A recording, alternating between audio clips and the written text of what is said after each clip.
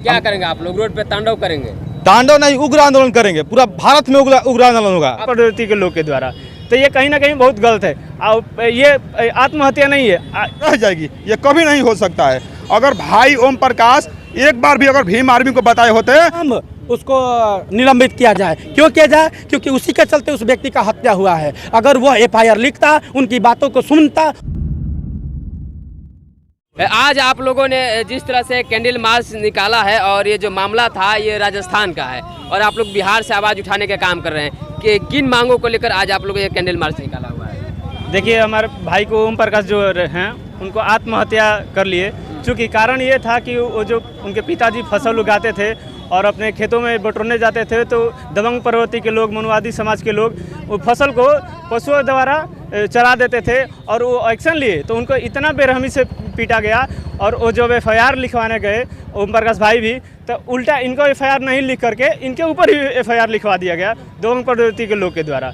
तो ये कहीं ना कहीं बहुत गलत है। ये आत्महत्या नहीं है। आत्महत्या कौन करता है? मजबूर आदमी है, तो मजबूर नहीं थे, लड़ाई लड़े, नहीं न्याय मिला तो आत्महत्या करी। ये देखा जाता है एक तरह से प्रशासनिक हत्या है। इसको लेकर के हम लोग आप कहने वाले कि प्रशासन के द्वारा हत्या की गई? जी बिल्कुल। अगर कार्रवाई हो जाती तो भाई हमारे आज बीच में होते, वो आत्महत्या नहीं करते। मांग क्या होगी? मांग ये है कि जो अभी वहाँ के एसएचओ हैं उनको जल्द से जल्द निलंबित किया जाए और आर्थिक मुआवजा के रूप में 50 लाख रुपया दिया जाए। चूँकि वो एक ही आदमी थे जो बाहर में मजदूरी करके अपना घर चलाते थे और एक बहन है, उनको सरकारी नौकरी दिया जाए ताकि भरण पोषण हो और एक सुरक्षा प्रदान किया जाए। क्या परिचय है सर आपका? शशि भास्कर, प्रखंड अध्यक्ष आजाद समाज पार्टी राजपुर। ये कह रहे हैं कि प्रशासन के द्वारा हत्या की गई है, आत्महत्या नहीं है। जी बिल्कुल, ये प्रशासन के द्वारा हत्या की गई है।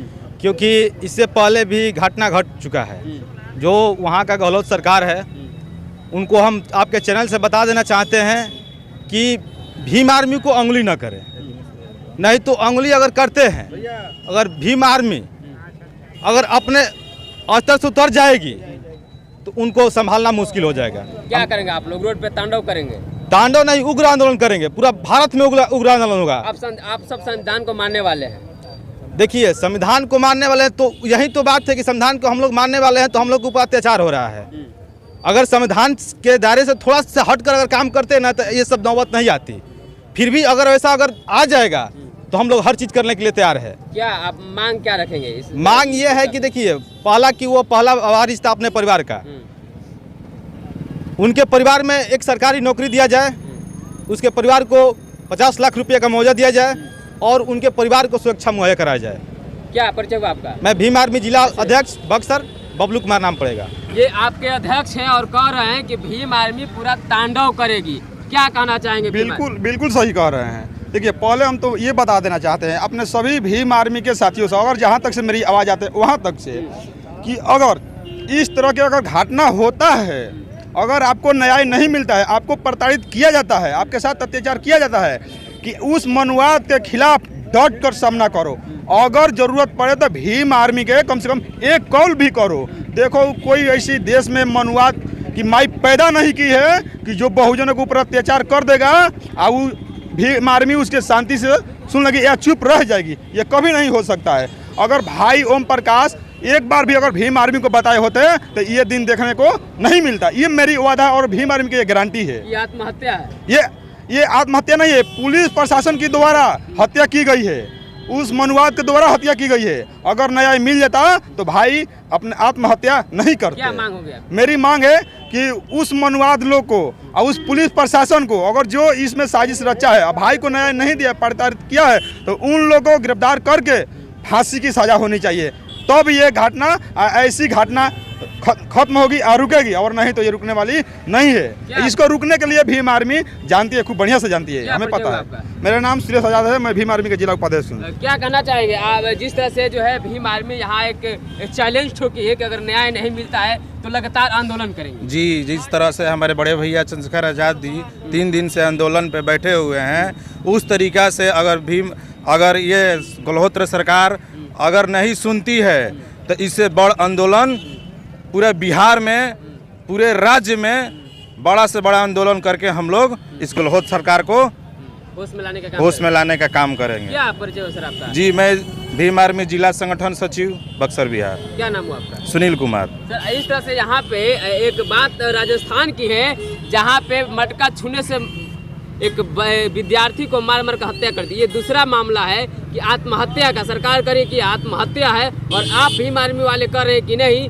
ये आत्महत्या कराई गई है। देखिए, आप इस बात को समझिए कि जब आदमी न्याय के लिए जाता है और वह अन्याय नहीं मिल पाता है और वो अंदर से टूट जाता है, उसको कहीं चारों तरफ अंधेरा ही अंधेरा दिखाई देता है, तो वो आत्महत्या किया है। तो वो आत्महत्या क्यों किया, इस बात को समझिए, उसका कारण क्या है। जब प्रशासन एक्शन ली होती, जब उसको न्याय मिला होता, जब उसकी समस्या पर सरकार और वहाँ की जो प्रशासन है सोची होती, तो आत्महत्या नहीं करता। तो जाहिर सी बात है, प्रशासन की चुप्पी उस नौजवान का मौत का कारण है। और वहाँ की सरकार जो है, गहलोत सरकार, कांग्रेस की सरकार जो है, हम लोग देख रहे हैं कि लगातार आम जनता के साथ कहीं न कहीं जुल्म अत्याचार हो रहा है, किसी को मार दिया जा रहा है, किसी को मरने पर मजबूर किया जा रहा है।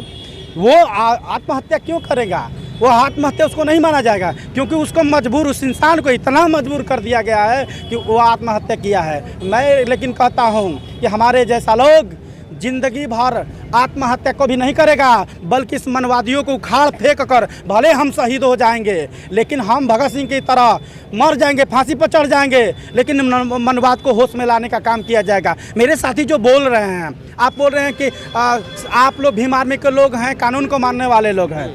क्या कानून सिर्फ हमारे लिए बना है? कानून तो सबके लिए बना है।